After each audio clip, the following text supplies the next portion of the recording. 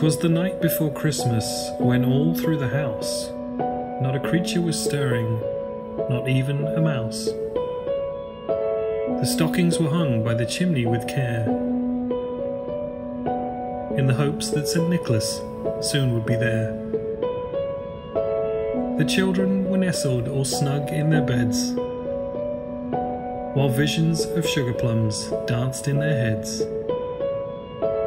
And Mamma in her kerchief and I in my cap had just settled our brains for a long winter's nap. When out on the lawn there arose such a clatter, I sprang from my bed to see what was the matter. Away to the window I flew like a flash, tore open the shutters and threw up the sash. The moon on the breast of the new-fallen snow gave the lustre of midday to objects below, when what to my wondering eyes should appear but a miniature sleigh and 8 tiny reindeer, with a little old driver so lively and quick, I knew in a moment it must be St. Nick. More rapid than eagles his courses they came, and he whistled and shouted and called them by name.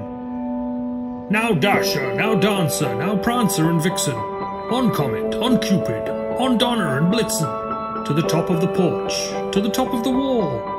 Now dash away, dash away, dash away all. As dry leaves before a wild hurricane fly, when they meet with an obstacle, mount to the sky, so up to the rooftop the coursers they flew, with a sleigh full of toys, and St. Nicholas too.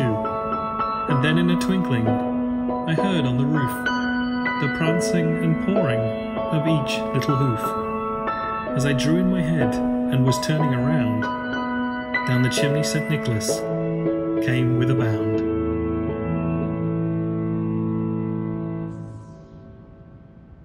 He was dressed all in fur, from his head down to foot, and his clothes were all tarnished with ashes and soot.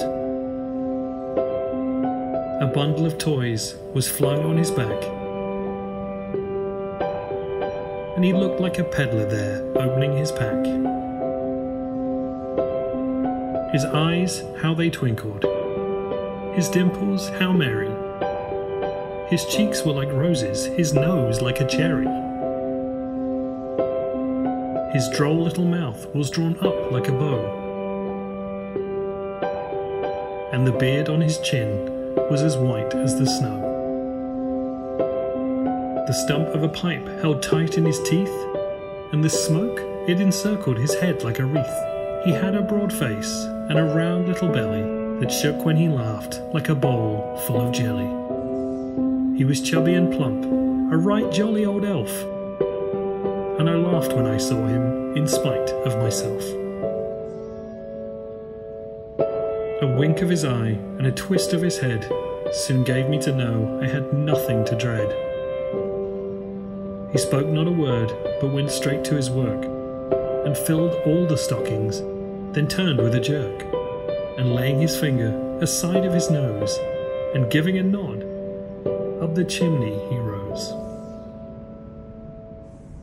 He sprang to his sleigh, to his team gave a whistle, and away they all flew like the down of a thistle. But I heard him exclaim, as he drove out of sight, "Happy Christmas to all, and to all a good night."